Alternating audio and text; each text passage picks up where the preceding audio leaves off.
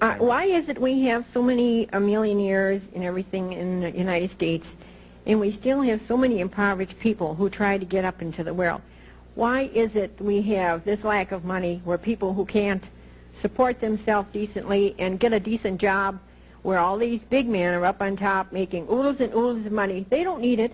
They can only eat that much, sleep in the bed. And what do you suppose they do? If they don't eat it and don't use it, what do you suppose they do? They hoard it.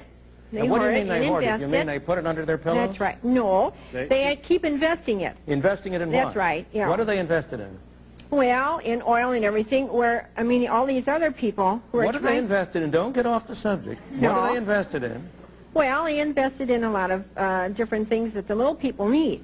Well, do they invest it in factories? Yes. Does some of that money end up in machines? Yes. Do those factories and machines provide ordinary working people with jobs or not? What do you suppose the productivity of this country would be and of the wage rate would be if the total amount of capital in this country today was what it was 100 years ago? Where do you suppose the improvements in productivity come from except from the investment by people of their savings? But let me go to your fundamental question. First place, nirvana is not for this world. There is no paradise. Of course we've got a lot of people who are poorly off. But if you look at it over time, if you get a sense of proportion, the well-being of ordinary people has been the main thing that has been improved by economic progress and economic growth and development. And most residual hard cases of poverty today are the result, again, of a failure of government.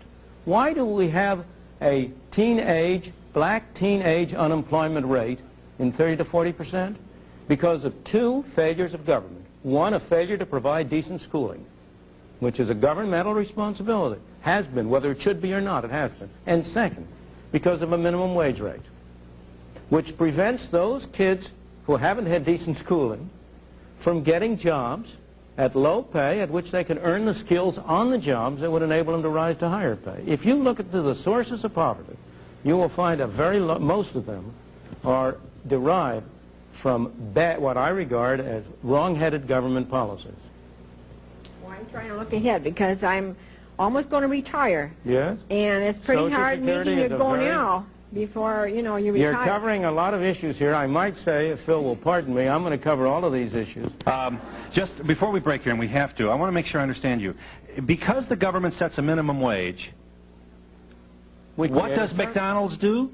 McDonald's? It can't hire as many teenagers. It improves its capital equipment to serve. It does less business because it has to charge higher hamburger prices.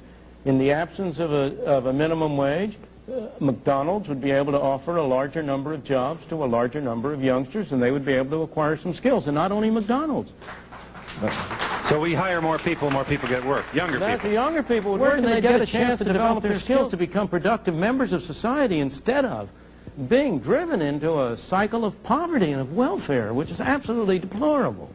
Milton Friedman, the economist, returns in a moment.